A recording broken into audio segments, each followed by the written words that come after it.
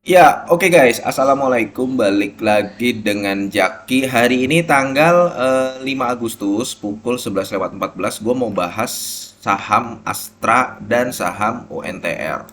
Nah, sekarang UNTR ada di angka 25.000 ya guys ya. Kalau Astra ada di angka 4.600 per lembar. Nah, gue mau bahas begini guys. Terkadang gue mendapatkan pertanyaan dari teman-teman. Sering, bukan terkadang ya, sering mendapatkan pertanyaan dari teman-teman. Bang, eh mendingan gue beli Astranya atau gue beli UNTR-nya? Bang, mendingan gue beli saham A atau beli saham B gitu. Nah, kebetulan yang gue mau bahas adalah United Tractor dan Astra International. Dan kebetulan Astra International ini adalah induk dari United Tractor. Nah, gue mau bahas kedua saham ini. Video ini guys ya, sifatnya subjektif ya. Jadi pasti lu ada yang setuju, ada yang tidak. Itu yang pertama. Kemudian yang kedua, yang gue bandingkan kedua saham ini. Bukan berarti nanti ketika gue memilih salah satu, yang salah satu lainnya tidak layak dikoleksi gitu. Jadi konteksnya hanya dua saham ini gitu loh. Nah, sekarang kita bahas. Sebenarnya nggak terlalu sulit guys ya. Kalau misalkan saat ini berarti per tanggal 5 Agustus kita memilih saham mana. Perhatikan guys, Astra Internasional ini laporan keuangannya. Astra Internasional itu adalah induk dari UNTR, induk dari Astra Agro Lestari, ya yang TBK, induk dari Astralen, kalau gua nggak salah Astralen namanya. Kemudian ada induk dari Astragrapia, ya, dan UNTR salah satunya, induk dari Astra Auto Parts juga. Nah, pendapatan dari Astra Internasional itu disumbangkan oleh yang terbesar. Dia akan mendapatkan pendapatan 159 triliun per semester 1 2024. Ingat 159 triliun. Yang 65 triliunnya disumbangkan oleh sektor otomotif. Berarti 65 ya kan? Sektor otomotif. Jadi sektor otomotifnya itu menyumbang sekitar 40%. Ya, sektor otomotifnya.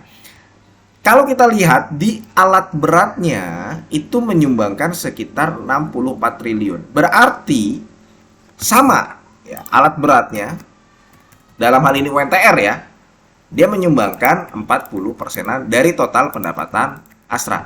Kalau di total, keduanya adalah 80%. Itu menyumbang pendapatan dari Astra. Sisanya kayak agribisnis, kayak infrastruktur, kemudian teknologi, properti masih kecil-kecil. Yang besar dua ini, itu dari total keseluruhan pendapatan Astra Internasional. Nah, sekarang kita lihat UNTR.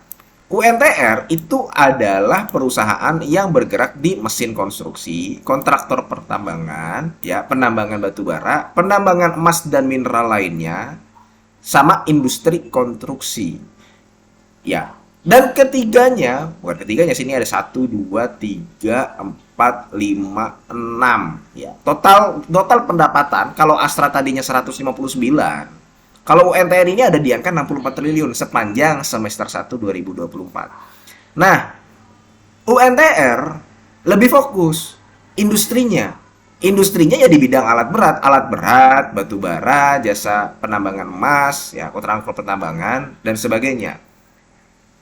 Porsinya yang paling besar adalah kontraktor pertambangan. Tapi penambangan batu baranya juga tidak terlepas dari industri komoditas itu sendiri.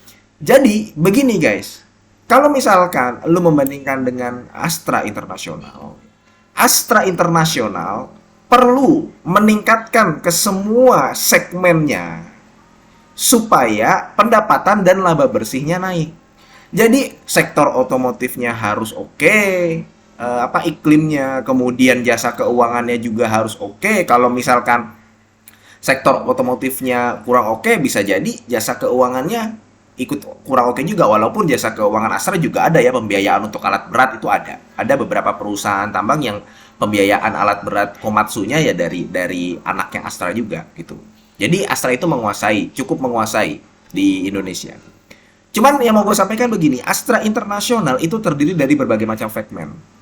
Dan kalau Astra Internasional ingin meningkatkan pendapatan serta labanya, maka seluruh segmennya harus meningkat.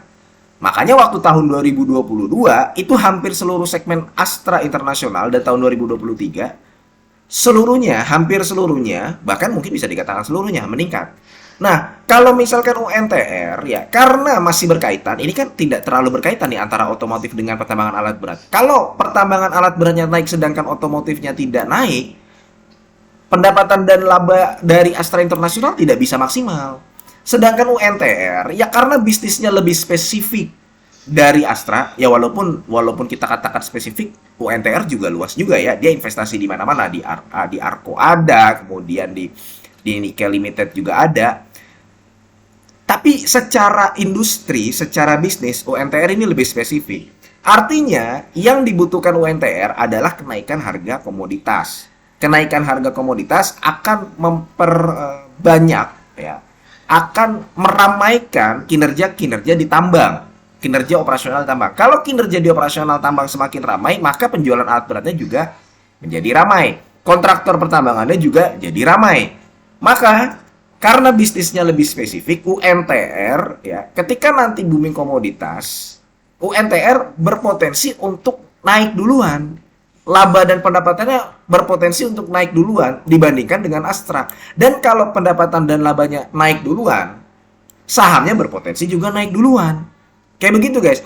Jadi kalau misalkan ditanya, Bang, mending ASI atau UNTR? Ya kalau sekarang nih guys ya, pertanggal 5 Agustus, ya gue menjawabnya UNTR. Kenapa? Karena bisnisnya lebih spesifik dari Astra Internasional. Artinya apa kesimpulannya? Kita harus lihat industrinya, segmen pendapatannya. Nih guys, dari mana? Itu guys. Nah, kita kan sudah melihat ada tren, tanda-tanda tren kenaikan di kuartal 2, kuartal 3 dan kuartal 4 berpotensi saham harga komoditas ya stabil atau berpotensi untuk naik. Belum nanti kalau misalkan ada berita di akhir tahun masuk musim dingin dan sebagainya. Jadi kesimpulannya itu guys, kita harus lihat industrinya. Kita harus lihat industrinya, segmen pendapatannya dari mana. Kalau misalkan segmen dari United Tractor ini bagus di kuartal 3 dan kuartal 4, sehingga membuat segmen alat berat pertambangan konstruksi dan energi di Astra Internasional bagus, belum tentu sektor otomotifnya sudah bagus. Memang gue sempat membuat beberapa video terkait dengan ada potensi otomotif sektornya akan membaik, terkait dengan nanti penurunan suku bunga The Fed, kemudian mudahnya pembiayaan, kredit, dan sebagainya. Ada potensi seperti itu. Cuman, sekali lagi gue katakan, ketika ininya membaik, UNTR-nya membaik, tapi ininya belum membaik, agribisnisnya belum membaik, dan sebagainya nih, infrastruktur logistiknya juga belum membaik, maka pendapatan dan labanya Astra belum maksimal.